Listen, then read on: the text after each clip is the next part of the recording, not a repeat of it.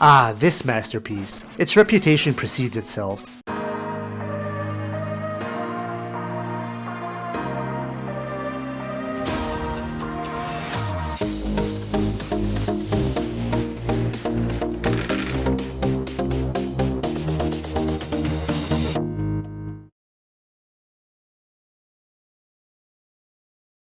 Welcome back to Creative Gaming. In the last episode, I started a dice challenge run of Megaman 2, where I rolled an 8-sided die and that decides my level, as simple as that. I had to start with Quickman's level, lucky me. Then I rolled Flashman, then Woodman, then Airman, and finally Metalman. We have Bubbleman, Heatman, and Crashman left, as well as the Wily stages, so let's roll for the next level.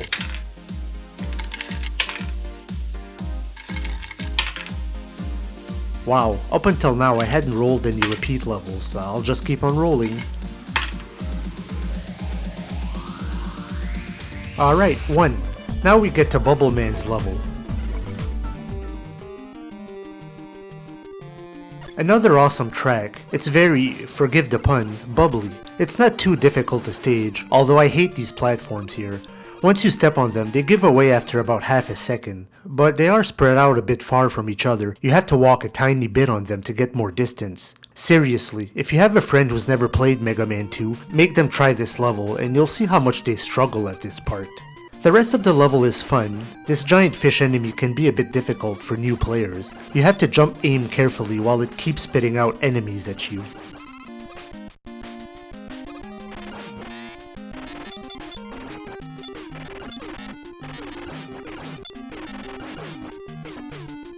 Now we're at Bubbleman, another boss who doesn't stand a chance against the Metal Blade. Alright, so now we have 2 robot masters left, Heatman and Crashman. Let's see where I'm going next.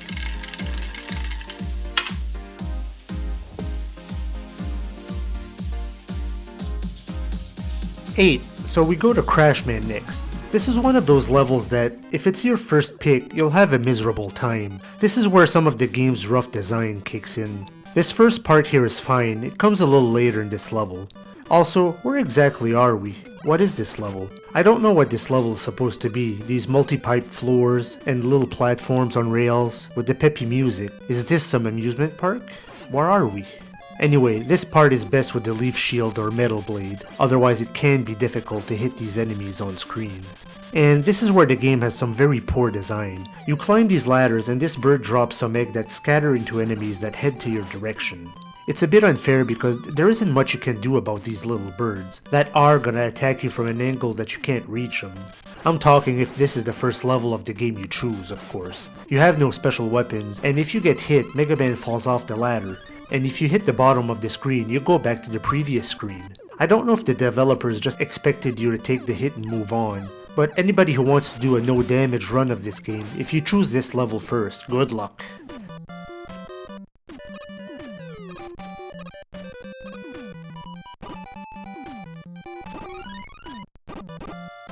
Now we get to Crashman. He seems aggressive at first, but he responds to your attacks. Every time you shoot, he jumps, so that's your key to victory.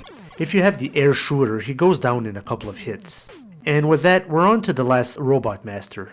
Are you sure you didn't remove the 4 from your die? I find it very suspicious that you never rolled Heatman's level. Nope, the 4 is there, Negativio. I was lucky enough never to roll it, I guess. Come on, Negativio, don't you trust me? Would this face lie to you? I think not. I have my eye on you, Dylan Evers. Ah, what the hell was that voice? Am I going crazy? Nah, that cat's probably just screwing with me again. So we enter Heatman's level. I didn't need to use my cheat, thank God. But for those of you who were wondering, if you try this level before Airman's level, you're in for a miserable time. This level has a part with one of the worst executed traps in the franchise's history. So this is the part we're talking about. These disappearing blocks go on for quite a while. The pattern itself isn't too difficult, but the problem is the irregular pattern at which they appear. They seem to depend on the movement of the screen, so one screen they might appear normally, but the next screen they might be out of sync. I have to confess something. When it comes to the Mega Man and Mega Man X series, I've pretty much accomplished everything there is to accomplish. I've completed every trap at least once, beaten every Robot Master or Maverick with my normal weapon at least once, etc, etc.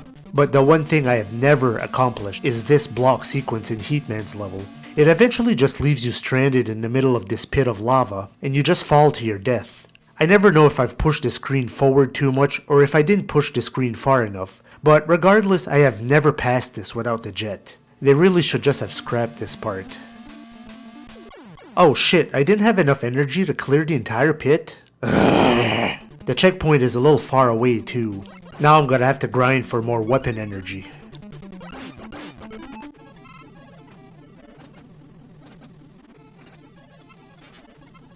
They don't drop capsules anymore? Wait a minute, do they eventually just stop dropping items altogether? Phew, don't scare me like that.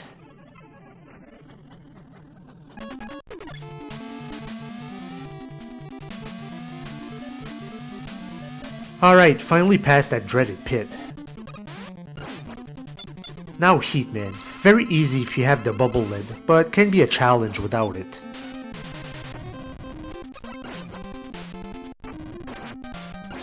Finally, we get item 1 as well, and I've never gotten item 1 before item 2.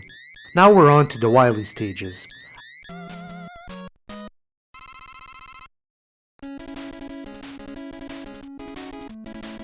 Ah, this masterpiece. Its reputation precedes itself. This game has one of the best overall soundtracks for a Nintendo game. There are other great soundtracks like Batman or DuckTales or Castlevania 3, and the other Mega Man games of course. As a kid, I was kinda stuck at this part. I tried the jet, but note that ladder is too high up. I didn't realize at the time that item number 1, the platform, you can put up to 3 on one screen. Now we get to the dragon. He's very dangerous because if you take a hit, you'll most likely fall off one of these platforms and die, and the checkpoint is pretty far away. If you do get hit, make sure it's from this upper platform. That way you'll fall on that block to the right. This is a really cool looking big boss though. This game came out in 1988. You didn't see huge bosses like this very often at the time. It makes the screen flicker though and slows down the action. And I swear Mega Man is knocked back further than normal because of this. But we still take the dragon down. Now we're on to the second Wily stage. Get this energy tank here, but oh, we already have 4. I wasted a crash bomb. You want these full for a particular boss. Again, I like the leaf shield. It makes this part much easier.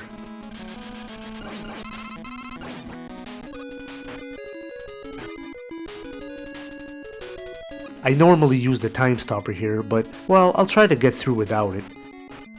Oh, nice. It's very rare that I can get between these two chains without taking a hit. So this is a pretty fun boss. I don't know if he's inspired off the idea of the Yellow Devil, but he's definitely much easier. As usual, the fateful Metal Blade does the job here. The third Wily stage. Now we're switching music. It's a lot calmer than the first 2 stages' theme. I still like it though. It's like the theme of entering deeper into a mad scientist's mind, or his castle. I read somewhere that these giant fish are supposed to be invulnerable to all of Mega Man's weapons. He's supposed to be indestructible, but the quick boomerang destroys them in one hit. Maybe an oversight by the developers, but let me know if this fact is true or not. Ah, this part, the infamous spikes. It's more nerve-wracking than difficult, and as Mega Man falls, his momentum increases quite a bit, so if you want to slow it down, you can just hit the start button. Yes, I know it's a cheap exploit, and not that I really need it, of course. Get this dude here. Jeez, he's a million hits with the bubble lid. Here we have another impressive huge boss. This giant gutsman is weak against a quick boomerang. The fourth Wily stage is another ill-designed stage. Well, I take that back. The stage itself is not ill-designed, but its boss is. I'll talk about it more when I get there. This stage has some illusion floors, solid-looking floors that you can fall through. If you're having trouble, you can use the bubble lid. Since it scales the ground, you can see where the false floors are. I do like that a weapon has multiple uses, not just to attack enemies, but can help the player in some other way.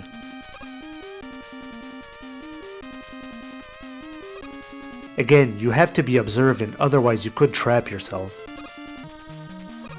This part is very dangerous. You'd think that you could jump from that block to the moving platform then to the other side, but I don't think it's possible. It's too wide of a gap. Don't take chances, use your jet. I hate the placement of this Sniper Joe. He's virtually impossible to take down without taking a hit. Alright, now we get to probably the most infamous boss in this game. When a player sees this for the first time, they're probably thinking, okay, weird cramped room, but whatever. Your first instinct is to probably use the crash bomb on this wall in the middle of the room, but if you do that, you've doomed yourself right off the bat. You see, there are 5 turrets in this room, and they have one lone weakness, the crash bomb. Each crash bombs use 4 points of energy, which means you can use this weapon 7 times total. So there are 5 turrets and 5 walls, so you have to reason out which 2 walls to bomb. There's just no way any player's gonna reason all this out the first time they get here. Heck, even when they arrive at this boss the second or third time, they might still not have pieced it together. So use item 1 and 3 to climb when you need to. I can't even call this boss battle broken, because technically it's not broken, but it's expecting too much of the player. So you're only supposed to bomb the 2 walls that directly cover the 2 turrets. I never pieced all of this together as a 10-year-old kid. I actually beat this boss another way. Another solution is when you arrive here, make sure you're not on your last life. Bomb the walls you want, then inevitably get yourself killed. You respawn in about the middle of the level. You're gonna have to fill up your crash bombs again, so get grinding. When you return to the boss room, the walls that you destroyed last time will remain destroyed, as long as you don't get a game over. So when you return here again, you can tackle the turrets more easily. But that's an asinine way to get around bad boss design, isn't it? Phew, now we get to the boss rush. So for the first time in the entire series, we have a room with teleportation devices that take you to each of the robot masters. Another problem in this game is if you get a game over, you lose all of your energy tanks. If you get a game over on this level, you're up shit's creek, especially on the difficult setting. You have to beat the 8 robot masters, then Wily has 2 machines, both that do a considerable amount of damage. One thing that I like about the Wily machines is they don't have any invincibility frames, so you can just shoot as quickly as you can and pile on the damage. It's doable without energy tanks, but pretty difficult.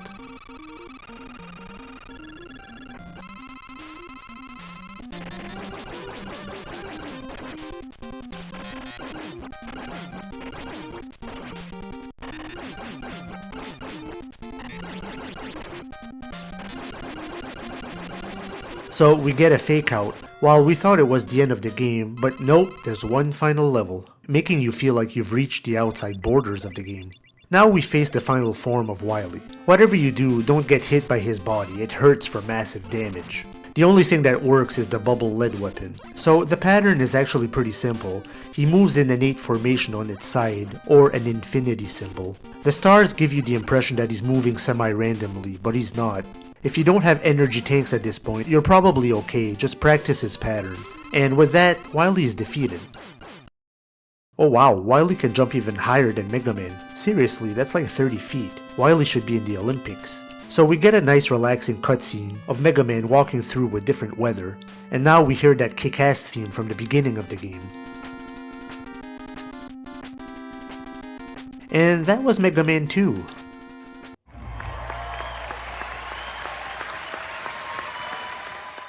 Ah, this game. People remember it fondly and many have it as their favorite classic Mega Man game. I love it as well, though I did point out a few of its flaws. It's the second in the series, so the fine-tuning and polish wasn't quite there yet. It is believed that this game was made by Capcom developers on their free time. The first Mega Man had a mediocre reception, but the developers still wanted to work on a sequel, and the rest is history. Today, Mega Man is a pretty big franchise, or was a pretty big franchise. The X series stopped at X8 and that was released in 2004, and Mega Man 11 came out in 2018, which was a nice surprise, but that was 7 years ago now, and no word of Mega Man 12 yet. Mega Man seems to just pop in every once in a while. Might be a licensing issue, who owns the rights to the character, but I'm really not sure. Do you plan on trying a dice challenge like I just did? Let me know if you'd like me to do this dice challenge with this game again. Different rolls of the dice might provide a different experience. Or should I try this challenge with any other Mega Man games? Let me know. Give me a like, subscribe, and share your experiences in the comments if you try this challenge yourself. Got anything to add, Negativio? Convenient. That silly cat's still sleeping under my moment of triumph. He seems to always be awake for my failures, though. Actually, I'm realizing that this emotional support cat is more effective when he's asleep. I better go. I'll let him have his little 16-hour cat nap. Keep gaming, everyone. I have my eye on you, Dylan Evers. Oh, I think I'm gonna go shopping or something.